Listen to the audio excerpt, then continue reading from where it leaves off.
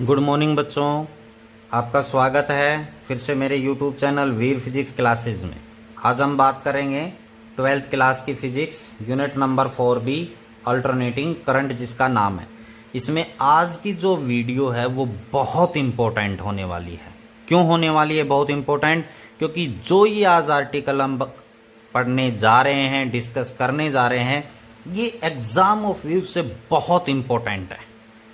बहुत इंपॉर्टेंट है क्योंकि ये लगभग एग्जाम के अंदर पूछा जाता है या इससे रिलेटेड जो क्वेश्चन है वो हमारे पास आते हैं। तो क्या नाम है आज के टॉपिक का?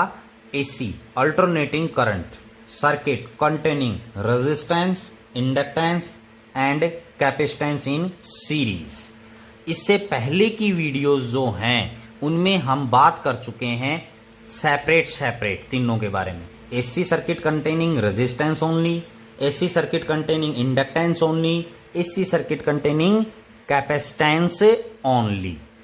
इस वीडियो को देखने से पहले इन वीडियोस को जरूर देखें जो कि सीरीज वाइज हमारे पास लगी हुई है।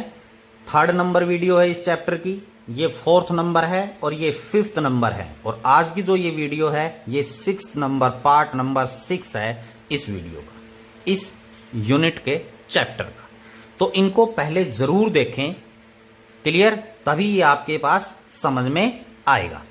तो तीनों जो हैं रेजिस्टेंस, इंडक्टेंस, कैपेसिटेंस है वो सीरीज में जुड़े हुए हैं, जिनको हम RLC सर्किट भी कहते हैं या दूसरी फॉर्म में LCR सर्किट भी लिखा सकता है पेपर में, LCR, कोई प्रॉब्लम नहीं है। तीनों जो हैं वो किस में है? सीरीज में है। आज हम जो डिस्कस करने जा रहे हैं तो डायग्राम बनाते हैं। सबसे पहले यहां पर जैसे सर्किट डायग्राम बनाते हैं, इसमें हमारे पास क्या है? रेजिस्टेंस जुड़ा हुआ है, ठीक है। रेजिस्टेंस के साथ इंडक्टर जुड़ा हुआ है जिसका इंडक्टेंस होता है। उसके बाद यहां पर सीरीज में कैपेसिटर जुड़ा हुआ है। क्या जुड़ा हुआ है? कैपेसिटर।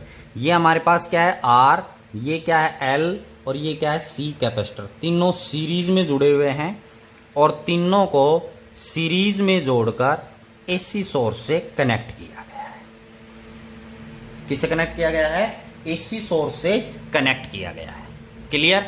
तो अब हम स्टेप बाय स्टेप बात करते हैं। जो कि हमने सेपरेटली बात की थी वही यहां पर हम बात करेंगे, और साथ ही साथ इसका फेजर डायग्राम जो कि इंपॉर्टेंट है, पेपर में पूछा जाता है, उसको भी हम डिस्कस करेंगे। तो आइए पहले बात करते हैं रेजिस्टेंस की।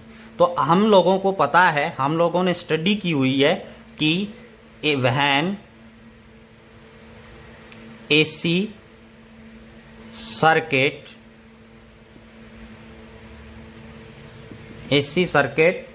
Containing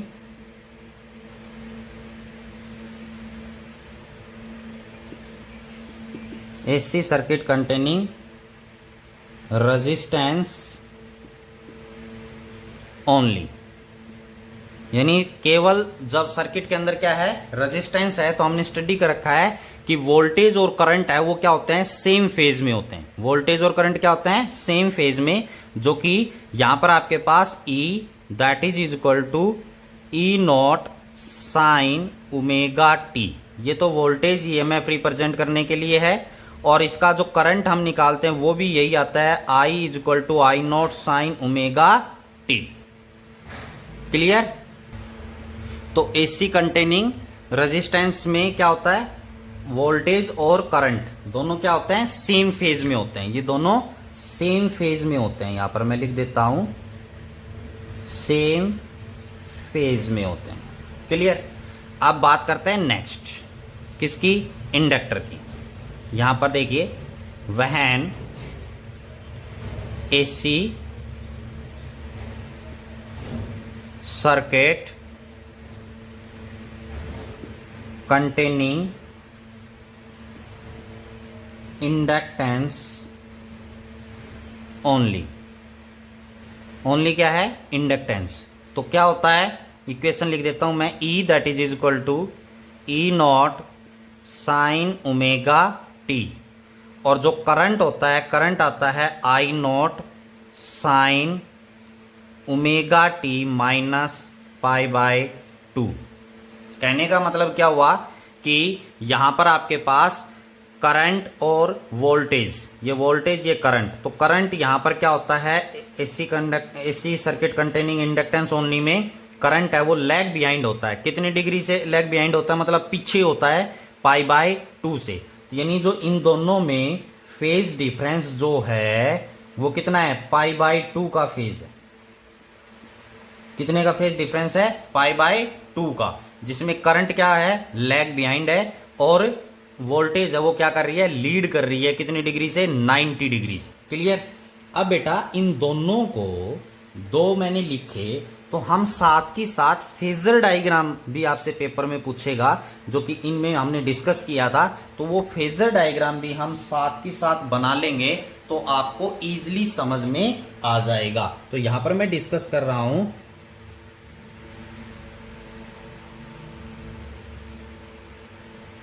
phasor diagram. किसकी बात कर रहे हैं हम, फेजर डायग्राम की बात कर रहे हैं साथ के साथ। क्लियर। तो यहां पर देखिए, फिर से मैं साफ लिख देता हूं ताकि आपको प्रॉब्लम ना आए। फेजर डायग्राम, जो कि इस आर्टिकल में ये बहुत इंपॉर्टेंट है, इस आर्टिकल में बहुत इंपॉर्टेंट है। तो फेजर डायग्राम बनाने के लिए हम क्या करते हैं, वही 4 क्वाड्रेंट की बात करेंगे। ये एक एक्सिस है, यहां पर ये एक एक्सिस है, ये ओरिजिन 0। क्लियर। ये हमारे पास ऊपर है वो वाई एक्सिस है, पॉजिटिव वाई एक्सिस है, और नीचे की तरफ ये हमारे पास क्या है, नेगेटिव वाई एक्सिस है। और ये एक्सिस है वो कौन सी है, plus x axis. Clear.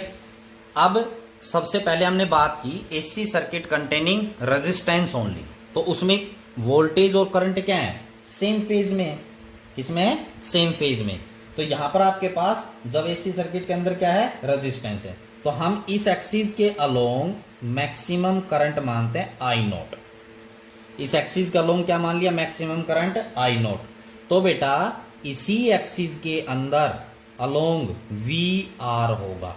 VR का मतलब क्या है, वोल्टेज ऑफ रेजिस्टेंस। VR का मतलब क्या है, R आगे मल्टीप्लाई में नहीं है, छोटा नीचे लिखना है। तो यहां पर VR क्या है, वोल्टेज ऑफ रेजिस्टेंस, और ये क्या है, पीक करंट। यानी एक्स एक्सिस का अलोंग हमने पीक करंट मान लिया। तो सारा कंपैरिजन इसी से करेंगे हम। तो करंट और वोल्टेज दोनों क्या है, सेम डायरेक्शन, सेम फेज में है, तो सेम ऐसे इसी के अलोंग आ गई है। क्लियर। दूसरा हमारे पास क्या है, एसी सर्किट कंटेनिंग इंडक्टेंस, जिसमें करंट क्या होता है, लैग बिहाइंड, पीछे है। करंट क्या है, पीछे है, और वोल्टेज क्या कर रही है, लीड कर रही है। कितने से, π/2 से वोल्टेज क्या कर रही है, लीड कर रही है ना। तो वोल्टेज, करंट तो क्या हो गया, ये वोल्टेज क्या कर रही है, लीड कर रही है। तो वोल्टेज लीड कर रही है, तो इसको हम क्या करेंगे, ऊपर की डायरेक्शन में यहां पर हम क्या लिख दें, VL। क्या लिख दें, VL, क्योंकि I0 तो हमारे पास, यानी करंट तो क्या है, इस एक्सिस के अलोंग। तो फेजर डायग्राम आपको बताया था कैसे घूमता है, एंटी क्लॉकवाइज घूमता है फेजर डायग्राम। कैसे घूमता है, एंटी क्लॉकवाइज।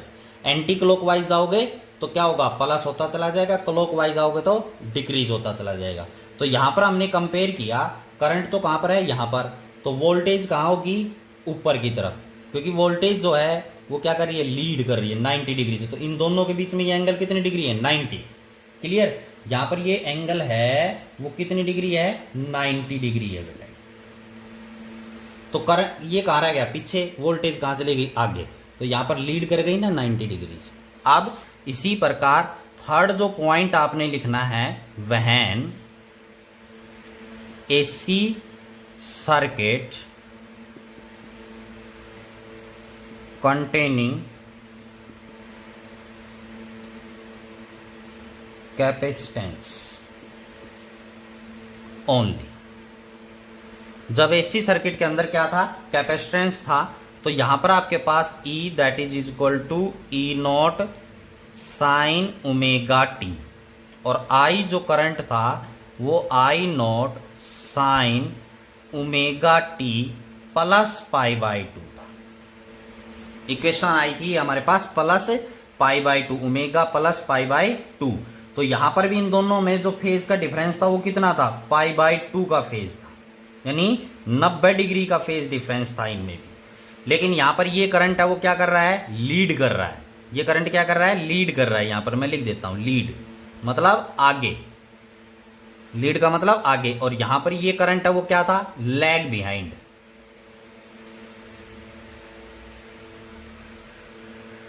कैसे था, लैग बिहाइंड था ये करंट।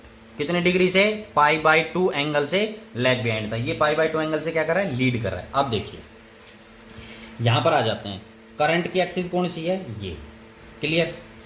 लेकिन ये करंट क्या कर रहा है, लीड, और ये वोल्टेज वो क्या कर रही है, लैग बिहाइंड कर रही है। किसके लिए, कैपेसिटर के लिए। तो आप वोल्टेज को ऊपर दिखाएंगे तो ये तो बढ़ जाएगी, लेकिन मैंने क्या कहा, घटेगी कब, जब क्लॉकवाइज आएंगे, आप उल्टे आ जाइए रिवर्स में। तो मींस इस एक्सिस के अलोंग यहां पर, क्लियर, इस एक्सिस के अलोंग यहां पर ये क्या होगा बेटा, वीसी होगा। क्या होगा, वीसी मतलब वोल्टेज ऑफ कैपेसिटर। तो क्लॉकवाइज एंगल उल्टा हो गया ना, तो ये क्या होगा, डिक्रीज होगा। मतलब ये पाई बाय 2 कहां हो गई, पीछे, वीसी पाई बाय 2 से पीछे हो गई, और वीएल है वो पाई बाय 2 से आगे हो गई। किससे रिलेटेड, करंट से रिलेटेड, क्लियर। क्योंकि इस एक्सिस को हमने फिक्स मान लिया कि भाई इस एक्सिस का लॉन्ग क्या है, करंट। तो आप क्लॉक एंटी क्लॉकवाइज जाएंगे तो प्लस, तो वोल्टेज लीड कर रही थी तो उल्ट वीएल लिख दिया। और लैग बिहाइंड है तो कहां जाना पड़ेगा, रिवर्स, मतलब घूमकर उल्टा जाना पड़ेगा, क्लॉकवाइज। तो ये हो गया वीसी, कहां आ गया, नीचे आ गया। तो ये हमारे पास क्या है, फेजर डायग्राम बन गया इसका, क्लियर। तीनों के लिए हमने इसको दिखा दिया। और ये भी आपने पेपर में आता है क्वेश्चन, तो ये चीज लिखनी पड़ेगी तभी आपकी समझ में आएंगी। कोई दिक्कत। तो यहां से जीरो से, फेजर डायग्राम में ध्यान से देखना, जीरो से यहां से और यहां तक क्या है, वीएल, और यहां से यहां तक क्या है, वीसी है, क्लियर। अब हम क्या करेंगे, फेजर डायग्राम के ऊपर आप लोगों ने ध्यान देना है।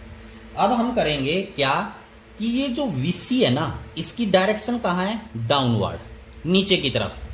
हमें तो इस फेजर डायग्राम में क्या निकालना है, रिजल्टेंट। तो यहां पर रिजल्टेंट नहीं निकाल सकते सीधा, क्यों, क्योंकि यहां पर 3 डायरेक्शन हो गई, वोल्टेज की 3 डायरेक्शन हो गई। कैसे हो गई वोल्टेज की 3 डायरेक्शन, वीआर है वो इस एक्सिस के अलोंग, वीएल है इधर, और वीसी है इधर। तो इसकी डायरेक्शन कितनी बन गई, 3 डायरेक्शन बन गई भैया। हमें तो क्या निकालना, एक रिजल्टेंट। तो एक रिजल्टेंट कब बनेगा, जब पहले 3 जो डायरेक्शन है उनको क्या बनानी पड़ेगी, 2 डायरेक्शन बनानी पड़ेगी, और फिर 2 का रिजल्टेंट 1 आएगा, क्लियर। तो उसके लिए हम क्या कर रहे हैं कि बेटा जो ये वीसी है ना, वीसी जो डाउनवर्ड है, इसको ऊपर कर देते हैं। क्या कर देते हैं, ऊपर। वीएल तो रहेगा ही रहेगा, तो इसको कहां कर देते हैं, ऊपर। तो ये किसका साइन लग जाएगा इसके साथ, माइनस का। जैसे वेक्टर में आप लोगों ने पढ़ा हुआ है कि डायरेक्शन इधर है, और अगर हम इसकी डायरेक्शन उल्टी करेंगे तो किसका साइन लग जाएगा, माइनस का साइन लग जाएगा, नेगेटिव साइन लग जाएगा, क्लियर। तो यहां पर हम जो ये वीसी है इसकी डायरेक्शन को चेंज कर देते हैं, मतलब वीसी कहां चला जाएगा, ऊपर की तरफ। वीसी कहां चला जाएगा, ऊपर की तरफ, यहां पर ये डायरेक्शन वीसी, और ये वीसी हो जाएगा माइनस का। किसका हो जाएगा, माइनस का। समझ में आया कि नहीं आया, क्योंकि डाउनवर्ड है इसकी डायरेक्शन, हमें तो रिजल्टेंट निकालना, तो इसको हमने क्या कर दिया, ऊपर कर दिया, और इसके आगे किसका साइन लगा दिया, माइनस का, क्योंकि डायरेक्शन क्या हो जाएगी, अपोजिट, क्लियर। अब इसके बाद हमारे पास जो है कि हमने ये माना कि जो वीएल है ना, वोल्टेज ऑफ इंडक्टर, वो ग्रेटर देन है वीसी। ये वीएल है, मतलब वोल्टेज ऑफ इंडक्टर है वो ज्यादा है as comparison to voltage of capacitor, clear. तो यहां पर आप देखिए, दोनों जो हैं वीएल और वीसी, दोनों क्या हो गए, सेम डायरेक्शन में हो गए। तो ये दोनों टोटल वोल्टेज निकालने के लिए इन दोनों को क्या करना पड़ेगा, ऐड। तो मतलब वीएल प्लस वीसी, दोनों को जोड़ना पड़ेगा। लेकिन वीसी किसका है, माइनस का, तो यहां पर किसका साइन लेना पड़ेगा, माइनस का। जैसे यहां पर मैं लिख देता हूं, ये किसका साइन है, माइनस वीसी। तो यहां पर जो रिजल्टेंट वोल्टेज आएगी वो आएगी वीएल माइनस वीसी आएगी बेटा। क्या आएगी, वीएल माइनस वीसी। समझे इस बात को, दोनों सेम डायरेक्शन में हो गए। तो दोनों सेम डायरेक्शन में अकॉर्डिंग टू वेक्टर ये दोनों क्या होंगे, ऐड होंगे। तो वीएल प्लस वीसी, वीसी क्या है, माइनस का है। अब इसको भूल जाइए नीचे वाले को, क्लियर। तो अब VL माइनस VC बच जाएगा। तो मतलब इस डायरेक्शन में जो डायरेक्शन बनेगी इसमें अब हम रिजल्टेंट लेंगे VL माइनस VC। क्या लेंगे? VL minus VC। तो यहां पर बाय द वे ये VL माइनस VC है और इस डायरेक्शन में क्या बच जाएगा बेटा? VR। इस डायरेक्शन में क्या हो जाएगा? VL minus VC। क्लियर? तो यहां पर इन दोनों का जो रिजल्टेंट है वो कहां आएगा? यहां पर आएगा।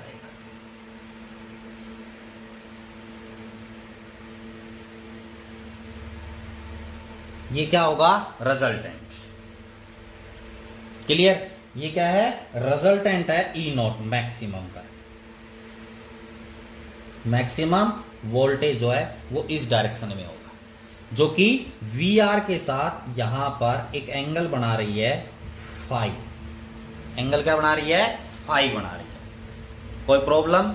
अब इस फेजर डायग्राम को बड़े सुंदर तरीके से दोबारा हम बनाते हैं। यहां तक आई थिंक आप लोगों ने नोट कर लिया होगा।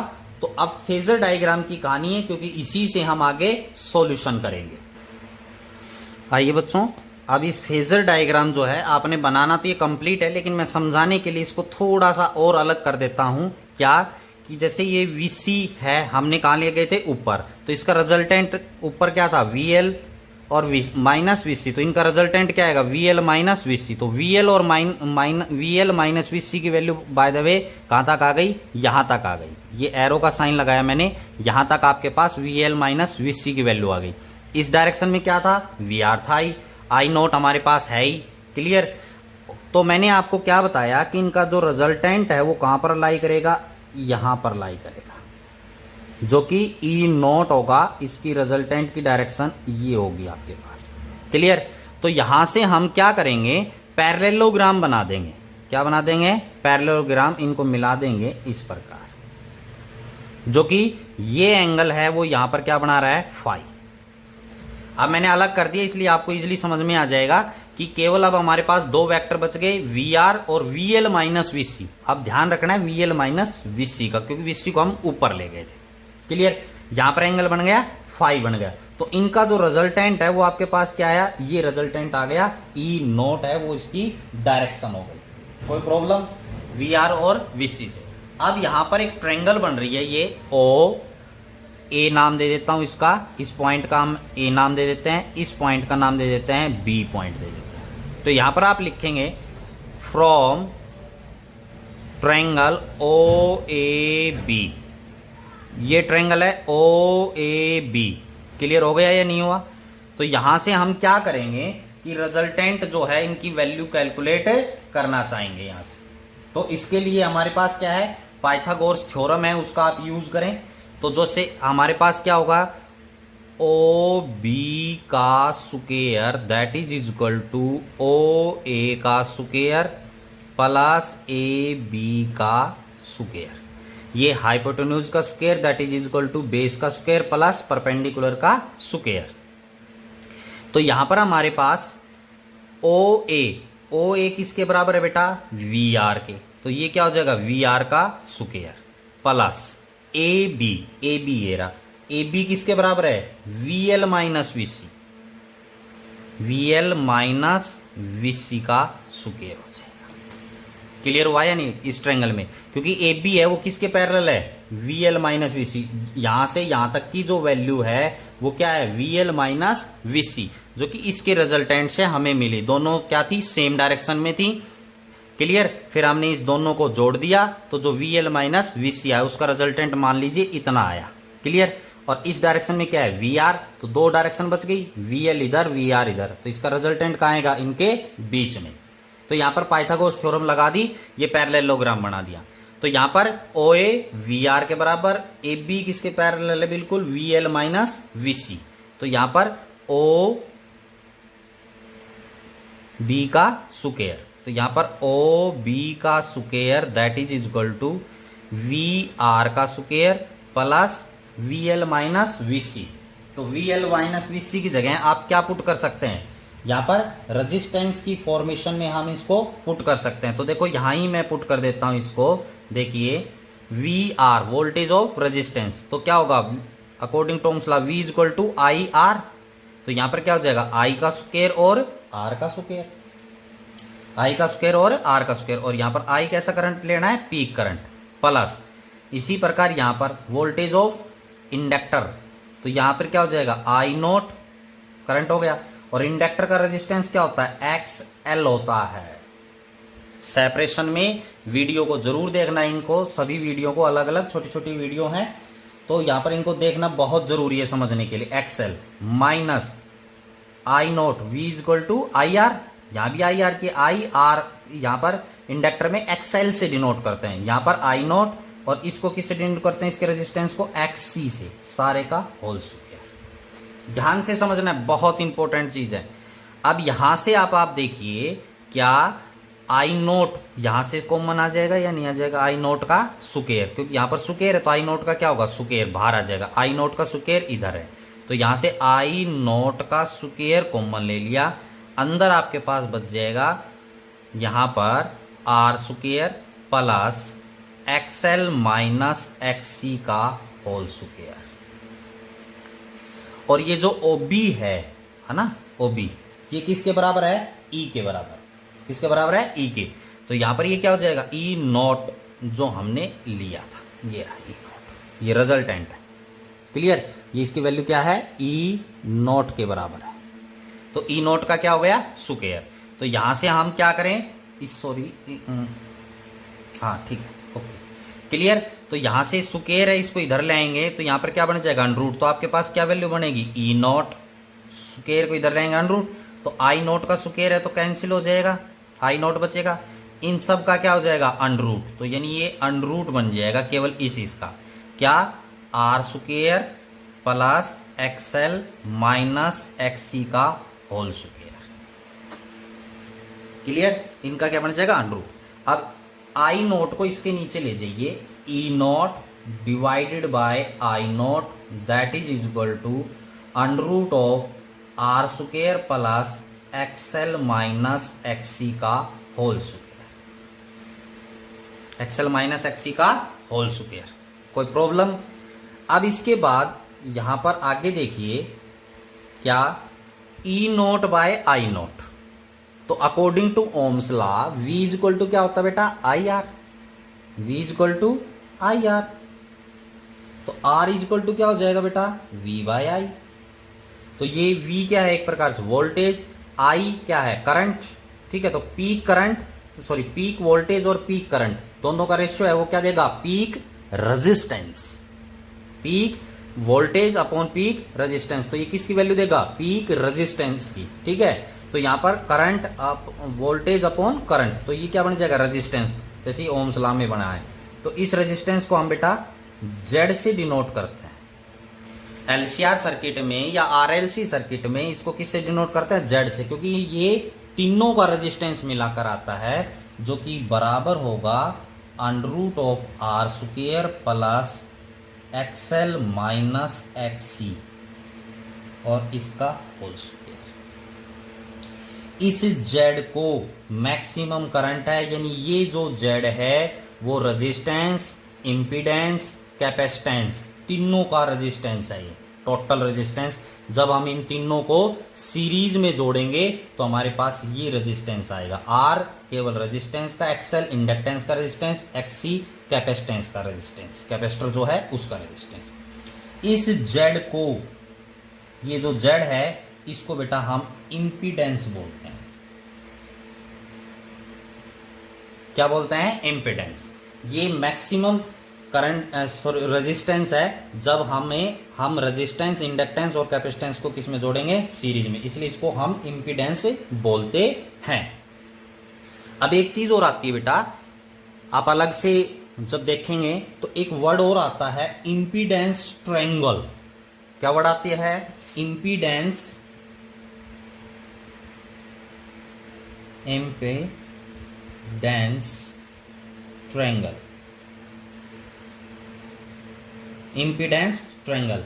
तो कहां है इंपीडेंस ट्रायंगल, जैसे हमने यहां पर बनाई है ये ओ ए बी, जैसे कोई आपसे अलग से पेपर में पूछ ले कि व्हाट इज इंपीडेंस ट्रायंगल, तो जो हमें यहां फेजर डायग्राम से मिली है ये ट्रायंगल ओ ए बी, आपके कहीं पर और भी नाम हो सकते हैं, लेकिन यहां पर जो ये ट्रायंगल बनी है इसी ट्रायंगल को इम्पीडेंस ट्रायंगल बोलते हैं, क्योंकि इसी से हमें इम्पीडेंस मतलब टोटल रेजिस्टेंस मिला है जब हम इन तीनों को सीरीज में जोड़ते हैं, इसलिए इसी को हम इम्पीडेंस ट्रायंगल भी बोलते हैं।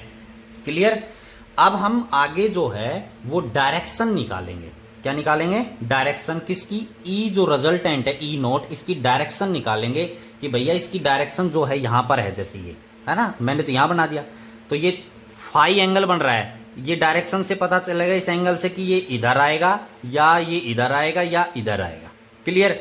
तो वो डायरेक्शन हमने निकालनी है। आइए बच्चों, अब हम निकालते हैं डायरेक्शन ऑफ रिजल्टेंट, यानी ये जो रिजल्टेंट है इसकी डायरेक्शन क्या होगी। तो डायरेक्शन निकालने के लिए यहां से बेटा टेंजेंट फाई निकालना है। ये फेज है, ये क्या है? फेज मतलब एंगल है ये। क्लियर।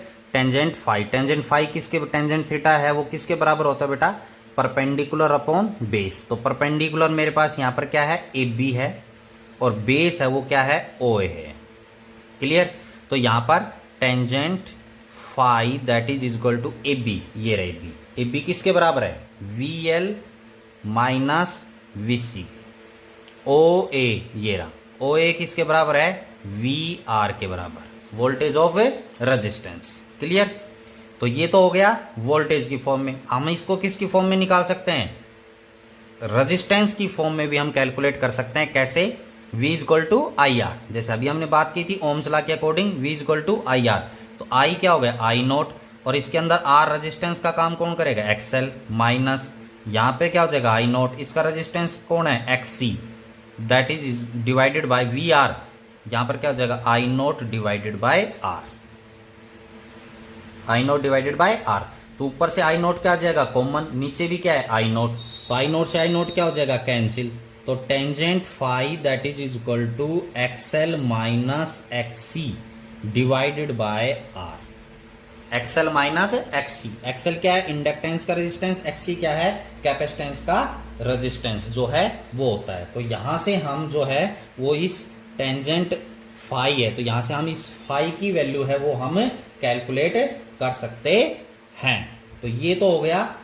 अभी तक जो मैंने बात की वो हमने फेजर डायग्राम की बात की कि कैसे फेजर डायग्राम होता है। ये शॉर्ट में बनाया, ये नहीं बनाना है आपने पेपर में। कंप्लीट जो मैंने पहले यहां पर बनाया था उसी में ये सारी है वो सिस्टम आपने दिखाना है उसको। ठीक है, ये समझाने के लिए मैंने अलग लिखा है इसको। क्लियर। तो यहां पर हमारे पास जो है कुछ केस आते हैं, ये स्टडी किया और इसकी डायरेक्शन है उसके बारे में स्टडी की कि tangent phi XL minus XC divided by R के बराबर होता है। अब यहां पर कुछ केस हैं, केसेस, कुछ केस हैं वो आते हैं। क्या?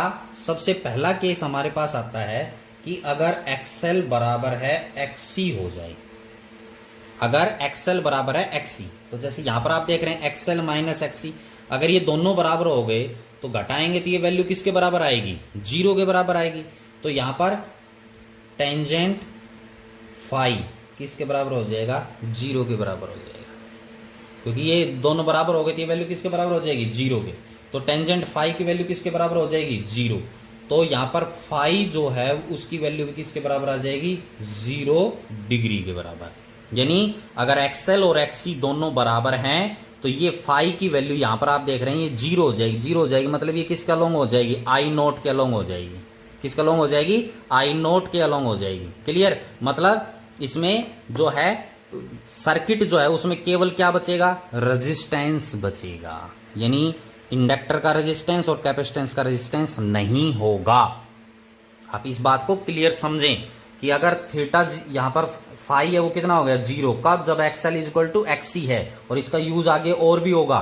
तो ये फाई है यहां पर, ये 0 हो गया तो मतलब ये यहां आ जाएगा। तो यहां पर क्या है? वी आर और आई नोट। तो मतलब ये केवल सर्किट है वो कैसा बच गया? रेजिस्टेंस। केवल इसके अंदर क्या बच गया? रेजिस्टेंस। तो मतलब यहां पर सेम फेज में रहेगा, यानी इसका मतलब क्या है? Same phase. और सेम फेज में क्या होता है? AC circuit containing resistance. तो इसका मतलब ये जो सर्किट है the AC circuit is non inductive. कैसा सर्किट हो जाएगा? नॉन इंडक्टिव हो जाएगा, मतलब केवल रेजिस्टेंस रहेगा। दूसरा केस हमारे पास आता है कि अगर एक्सएल जो है वो ग्रेटर देन एक्ससी हो, तो एक्सएल इज ग्रेटर देन एक्ससी, तो एक्सएल बड़ा है, एक्ससी छोटा है, तो ये इसकी वैल्यू कैसी आएगी? पॉजिटिव। मतलब टेंजेंट फाई की वैल्यू कैसी आएगी? पॉजिटिव आएगी। बोलो आएगी कि नहीं आएगी? तो फाई भी कैसा रहेगा? पॉजिटिव रहेगा। तो इसका मतलब यहां पर जो सर्किट है ये the AC circuit is inductive dominate circuit हो जाएगा। इंडक्टेंस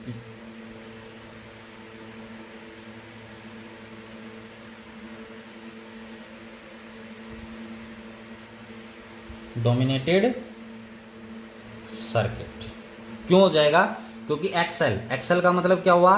रेजिस्टेंस ऑफ इंडक्टर, तो ज्यादा किसका रोल हो जाएगा? इंडक्टर का, तो इसलिए इसको हम क्या कहेंगे? इंडक्टेंस डोमिनेटेड सर्किट कहेंगे। यहां पर टेंजेंट फाई की वैल्यू क्या आ जाएगी?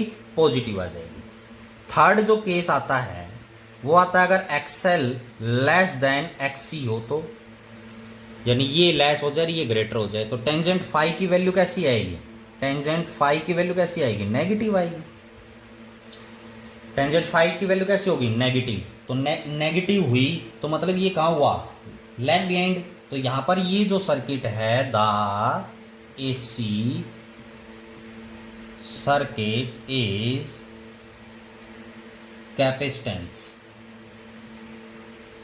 कैपेसिटेंस डोमिनेटेड सर्किट हो जाएगा। कैसा सर्किट हो जाएगा? Capacitance dominated circuit. ठीक है।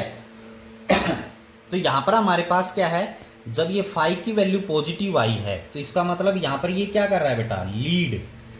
ये क्या कर रहा है? लीड कर रहा है। ठीक है।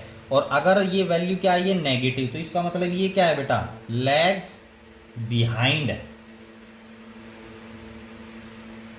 क्या है? लैग्स बिहाइंड मतलब पीछे। तो यहां पर आपके पास जो है पीछे है, तो क्या होना है? कैपेसिटेंस, क्योंकि कैपेसिटेंस के अंदर वोल्टेज है वो क्या होती है? पीछे होती है।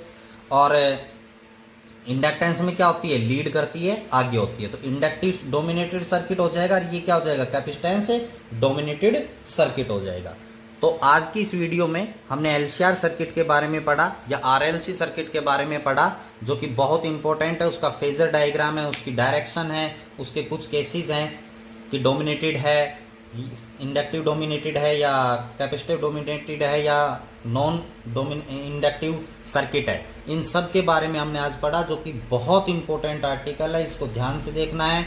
और इस आर्टिकल को पढ़ने से पहले रेजिस्टेंस, इंडक्टेंस, जो कि 3rd नंबर वीडियो है, ये 4th नंबर है, ये 5th नंबर वीडियो है, जो अब ये बनाई है ये 6th नंबर वीडियो है। इनको जरूर देखना है सीरीज में, तभी आप लोगों को ये सब समझ में आएगा। आज के लिए इतना ही। Thank you and